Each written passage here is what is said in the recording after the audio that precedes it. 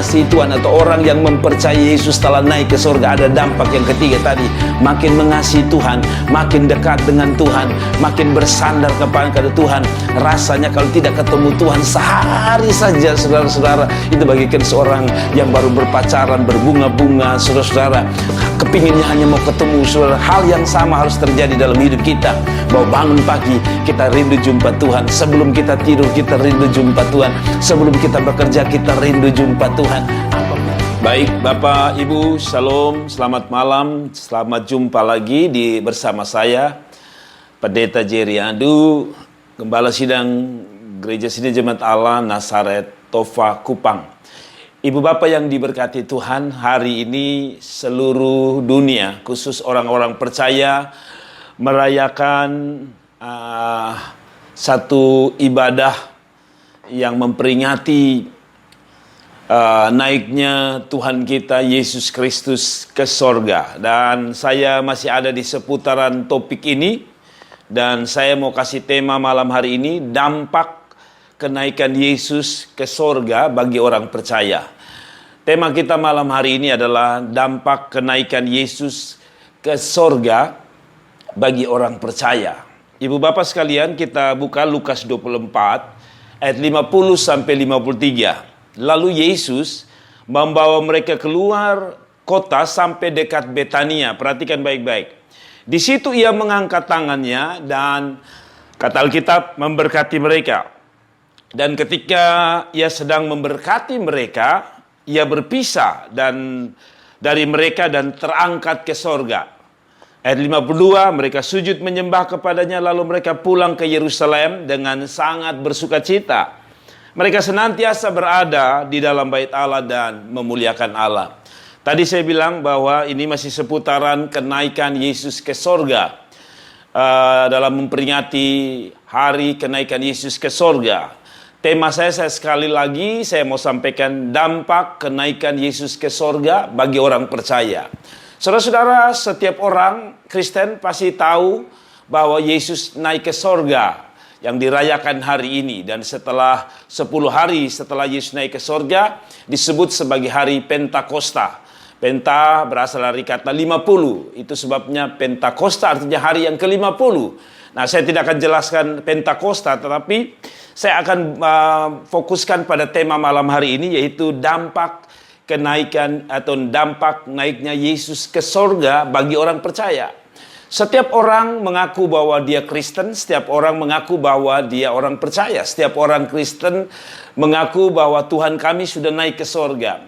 Dan itu tidak salah, tetapi saya percaya bahwa kalau saudara mengatakan bahwa saudara mengerti, saudara tahu bahwa Yesus kita telah naik ke sorga. Tadi pagi saya menyampaikan bahwa dengan dia naik ke sorga berarti dia jadi Tuhan yang benar.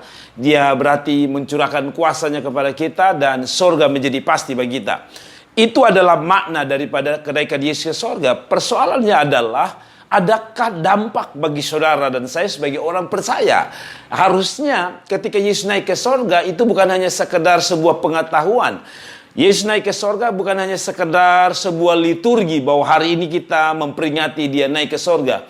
Tapi harusnya ada dampak rohani bagi orang yang meyakini Tuhannya telah kembali ke sorga, naik ke sorga dan akan memberkati umatnya. Saudara-saudara, ada empat hal atau 4 dampak daripada kalau orang mengatakan dia percaya bahwa Yesus telah naik ke surga. Yang pertama, kalau kita baca di dalam Lukas pasal 24 ayat 52, kita lihat sebentar. Mereka sujud menyembah. Jadi begini, setelah Yesus naik, Alkitab bilang mereka sujud menyembah kepadanya. Saya baca kembali pada ayat yang ke-50 tadi. Dan ketika ia sedang memberkati mereka, berpisahlah dari mereka dan terangkat ke sorga. Waktu Yesus terangkat ke sorga, dampaknya kepada para murid. Yang pertama dikatakan ayat 52, mereka sujud menyembah. Jadi saudara-saudaraku yang diberkati, Anda orang Kristen, tapi kalau Anda benar-benar mengakui bahwa Yesus naik ke sorga, harusnya ada dampak pertama. Dampak pertama adalah engkau makin suka untuk beribadah atau makin suka menyembah Tuhan. Saudara-saudara, menyembah Tuhan, dengar baik-baik. Menyembah Tuhan, di dalam menyembah Tuhan ada pujian, di dalam menyembah Tuhan ada doa, di dalam menyembah Tuhan ada firman, di dalam menyembah Tuhan ada rasa takut dan hormat kepada Tuhan. Artinya apa? Orang yang mengakui atau orang yang mengatakan bahwa Yesus telah naik ke sorga harusnya memiliki dampak pertama ini. Kehidupannya akan menjadi kehidupan yang suka menyembah Tuhan. Bangun pagi menyembah, sebelum tidur menyembah, sebelum bekerja menyembah, sebelum melayani menyembah, sebelum berkhotbah menyembah. Saya percaya itu adalah bukti bahwa kita adalah orang yang mempercayai Yesus telah naik ke sorga. Kita mempercayai bahwa Allah kita naik ke sorga dan kembali ke sorga. Orang yang memiliki kepercayaan dan keyakinan bahwa Allahnya telah kembali, Yesus Kristus namanya ke sorga, pertama harus ada dampak nyata dalam hidup saudara, yaitu pertama, makin hari Anda makin suka menyembah Tuhan. Saudara-saudara, saya heran orang suka merayakan perayaan-perayaan besar, misalnya Natal, Paskah, dan Jumat Agung. Lalu hari ini Yesus naik ke sorga. Orang memperingati seluruh hari itu. Tapi sayang, saya suka lihat bahwa ini hanya merupakan fenomena-fenomena yang biasa terjadi 1-2 hari.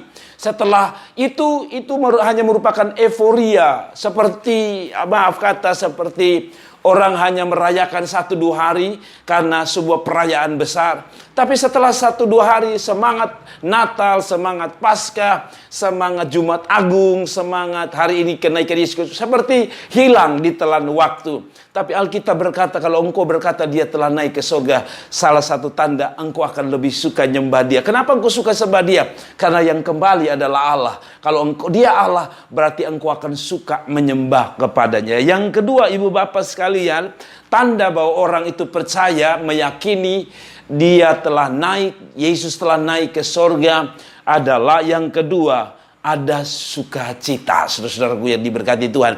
Saudara-saudara, sekali lagi di dalam ayat 52 dikatakan begini.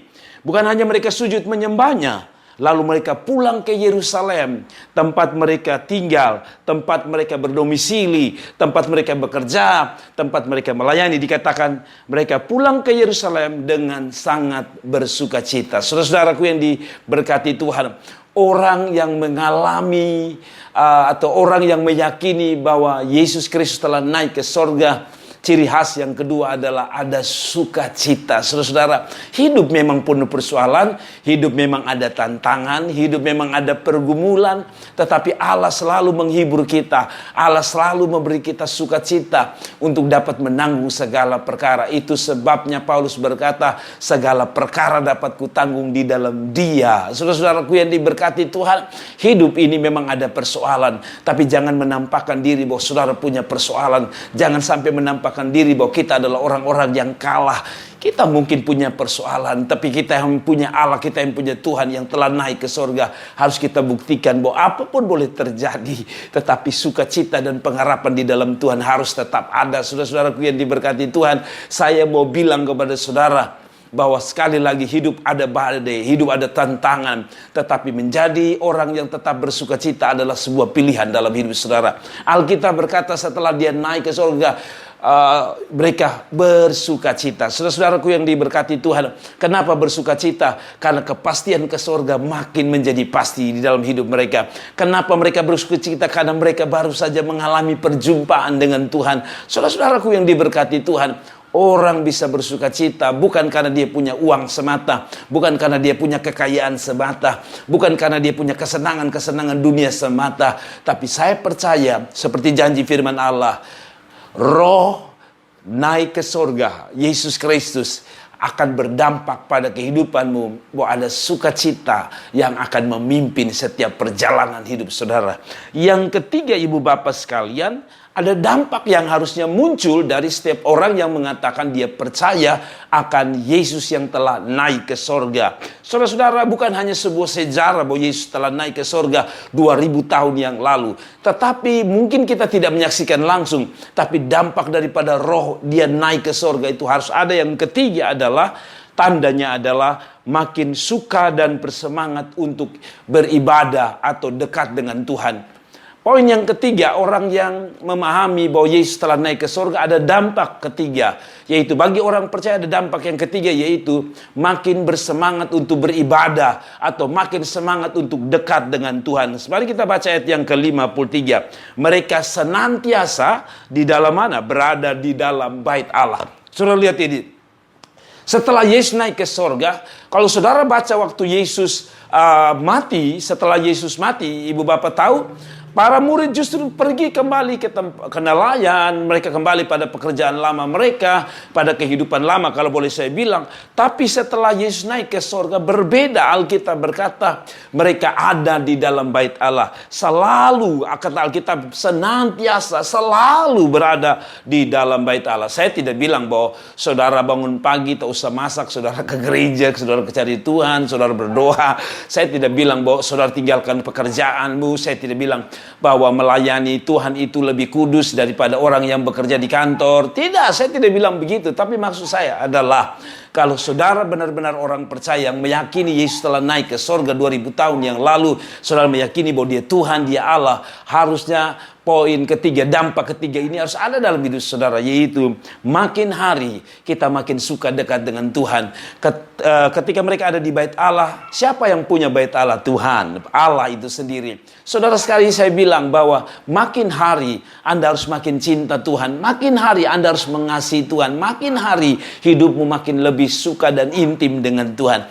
Itulah dampak bahwa benar Anda orang Kristen, bahwa Anda orang yang meyakini bahwa Yesus telah bangkit. Sekali lagi, orang yang mengasihi Tuhan atau orang yang mempercayai Yesus telah naik ke surga, ada dampak yang ketiga tadi.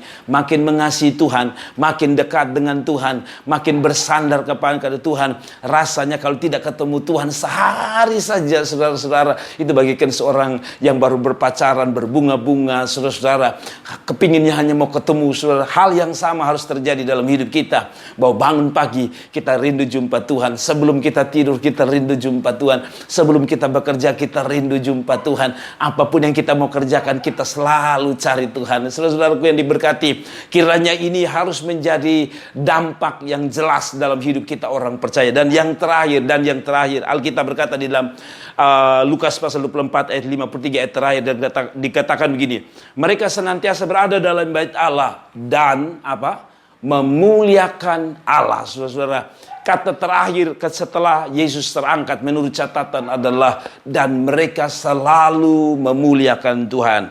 Saudara-saudaraku yang diberkati Tuhan, apa artinya? Orang yang menyadari bahwa Yesus telah naik hidup di dunia, mati, bangkit, dan naik ke surga, harus ada dampak, harus ada pengaruh bagi kehidupan rohanimu. Dan ditandai dengan tanda yang terakhir adalah hidupnya selalu memuliakan Tuhan. Saudara-saudara, hidup hanya ada dua. Kalau hidup tidak untuk surga, pasti hidup untuk neraka. Kalau hidup kita bukan untuk Tuhan, pasti untuk setan. Kalau hidup bukan untuk surga, pasti untuk dunia. Kalau hidup kita bukan untuk memuliakan Tuhan, pasti hanya untuk mempermalukan nama Tuhan. Saudara-saudaraku yang diberkati Tuhan, saya menyadari bahwa hidup orang Kristen harus menjadi berkat, harus menjadi sesuatu yang memuliakan Tuhan. Saya tahu bahwa hidup tidak gampang, hidup tidak mudah untuk menjadi orang yang memuliakan Tuhan. Saudara-saudaraku yang diberkati Tuhan, dampak daripada kenaikan Yesus ke surga, harusnya hidup kita makin hari makin memuliakan Tuhan, bukan makin mempermalukan Tuhan. Jangan sampai orang yang korupsi di penjara adalah anak Tuhan. Jangan sampai kita yang masuk penjara adalah orang-orang yang disebut sebagai anak Kristen, anak orang percaya, anak Tuhan. Jangan sampai saudara-saudara kasus-kasus pelecehan seksual, kasus-kasus perzinahan, kasus-kasus percabulan, kasus-kasus perampokan, pencurian. Jangan-jangan hanya kita, saudara-saudaraku. Ada orang berkata begini, Pak Pendeta, yang ada di penjara yang namanya Petrus, yang ada di penjara yang namanya Lukas, yang ada di penjara yang namanya Markus, yang ada di penjara namanya Bartimius, yang ada di penjara namanya Yohanes. Saudara-saudaraku yang diberkati Tuhan, saya berharap bahwa dengan kebangkitan atau dia naik ke surga, ada dampak yang terakhir, yaitu dampak hidup kita adalah makin hari makin memuliakan Tuhan, bukan makin hari makin mempermalukan memuliakan Tuhan. Saudara-saudaraku, kiranya malam hari ini renungan ini memberkati saudara dan mengubah cara hidup kita, bahwa hidup kita hanya satu, dia naik ke sorga, dia mencurahkan Roh Kudus ke atas kita, supaya ada dampak yang terjadi dalam kehidupan kita. Dampak tadi saya mengatakan dengan cepat. Pertama, dia naik ke sorga, memberi dampak bagi orang percaya, yaitu makin semangat untuk menyembah Tuhan. Ada sukacita di tengah badai kehidupan, ada sukacita di tengah persoalan, ada pengharapan selalu untuk bersukacita di hadapan Tuhan. Dan yang ketiga, makin bersemangat untuk rindu dekat dengan Tuhan, rindu beribadah kepada Tuhan. Dan yang terakhir, hidup kita harus makin hari makin memuliakan Tuhan. Itu saja, selamat malam, Tuhan Yesus memberkati kita sekalian. Terima kasih telah menonton video ini, dan jangan lupa klik like dan klik subscribe dan klik lonceng untuk mendapatkan notifikasi dari kami.